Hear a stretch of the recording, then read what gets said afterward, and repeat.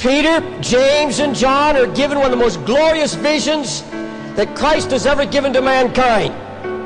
It's a powerful vision. They see Jesus ablaze with God's glory, the Mount of Transfiguration. They come off that mountain of joy and peace and vision and glory, and they face a lunatic child. And there's the devil waiting for them. It's almost as if the devil looks at Peter, James, and John coming down off that mountaintop, and he said, so you, Peter, you who walk with such vision and zeal, you wanted to stay on the mountain and live in the glory, but now you've got to come down here and face the everyday problems of life. Down here, this is everyday world, and I want you to know, Peter, this is a lunatic world, and I'm in control of it. It seems to be what the devil's saying to these men, especially to Peter. He's saying, now it's heartbreak time. It's war. Now, let's see what your mountaintop experience can do down here.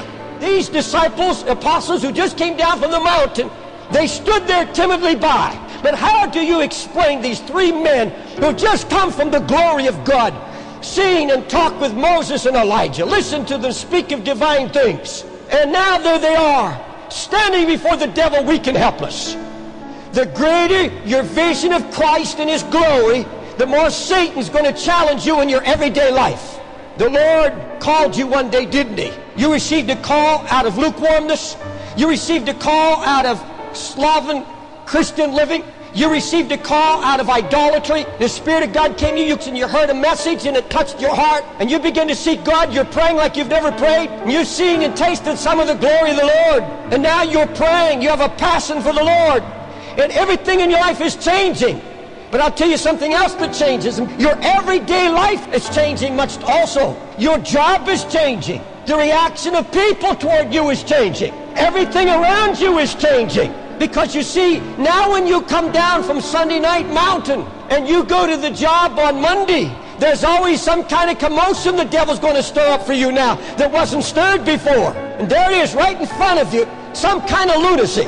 I mean, a mountain of opposition, impossibilities, and even demonic activity against you. And sometimes it gets so wild and hairy, you just have to sit there and put your hands in your head and say, wait a minute, Lord, I'm still in the afterglow of Sunday night.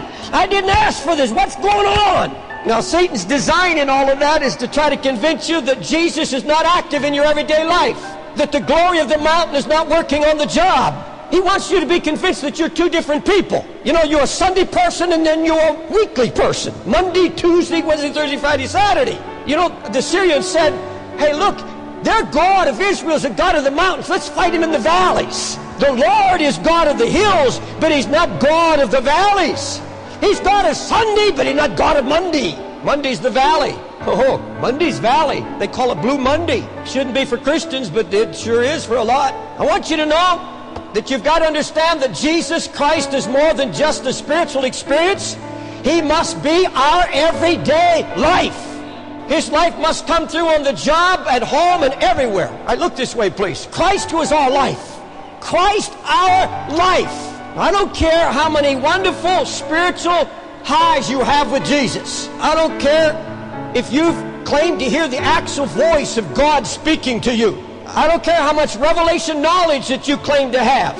If all of these spiritual experiences, all of these experiences in church or in secret closet of prayer, if that cannot be translated in overcoming life Monday through Saturday, it has no meaning on Sunday.